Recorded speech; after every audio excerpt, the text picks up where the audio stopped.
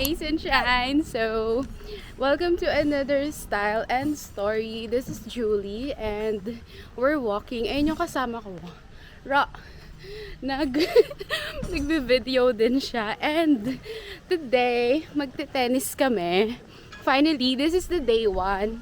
And matagal na matagal ko nang gustong mag-tennis. And ngayon lang siya natuloy. Actually, ang din sa akin, nakapag-push.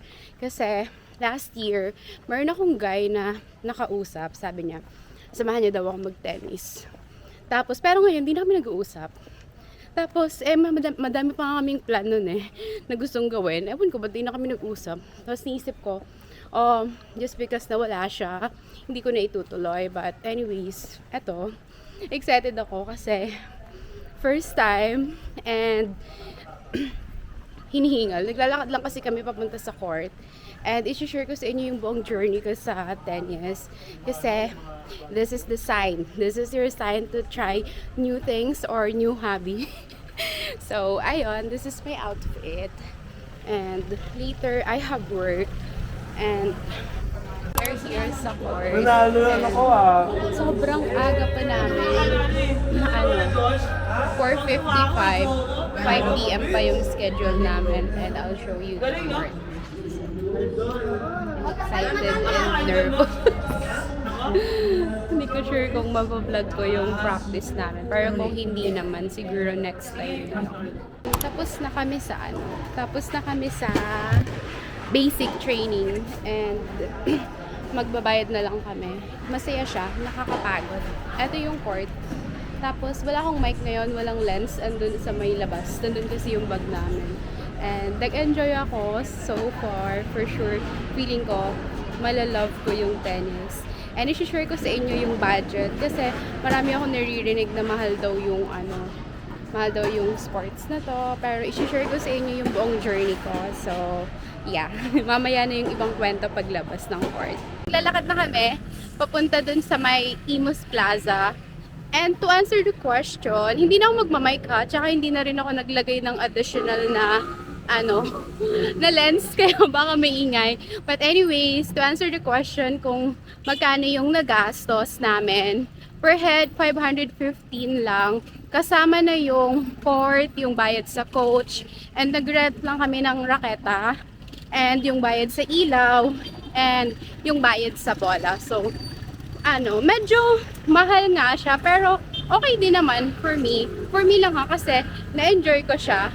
And since, parang maikli lang tong vlog na to, naisip ko, kumain ng balot. And it's my first time nakakain ng balot, and i-share ko sa inyo. So this vlog is gonna be tennis in balot. And ayun, sige, mamaya ulit. Hey Sunshine! So, nakalimutan ko palang ipakita sa inyo yung outfit ko for my day 1 in tennis. Basic lang naman, ayan lang. Yan lang yung outfit ko. Dito na sa may ilaw. Para kita. Ito yung harap niya. And ito yung likod. So, this is my day 1 tennis outfit. Syempre, water!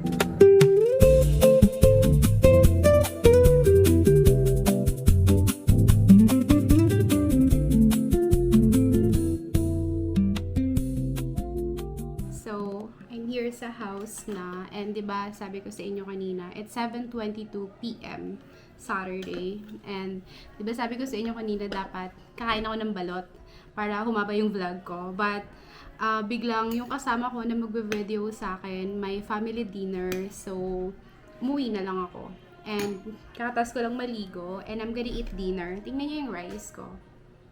And I have galunggong, matagal ko na siyang kine-crave, and also I have munggo. Yeah, it's Saturday. Diba usually, munggo is for Friday, but it's Saturday.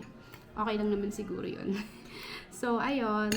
Alright, thank you for the food and for this beautiful day. Amen. And samahan nyo na lang ako mag-dinner.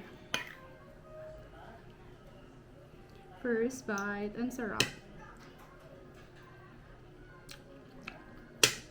And alam nyo ba, feeling ko malalove ko talaga yung tennis. Kasi kanina, first training namin, na-enjoy ko siya. And then, mas ma-enhance pa yung patient ko, yung focus ko, and then yung timing. Hindi ko kasi na-video yung mismo habang tinitrain kami kasi nahiya ako. Kasi day 1 pa lang namin, tapos video na ako. Pero, I'll make sure na isasama ko kayo sa journey ko sa pagtitennis. And excited ako sa mga next, pa namin, sa mga next training. And yeah, after this, after ko mag-dinner, mag-devotion lang ako, and then magwo-work hanggang 6 a.m. tomorrow, and then tomorrow I need to go to church 10 a.m. So 2 hours lang yung nap ko, and then after church I need to go to Silang then to meet some friends. Grabe, sobrang busy, but well, can't complain. So yun lang, thank you so much for watching and for joining me on this video, and see you to our next style and story. Bye.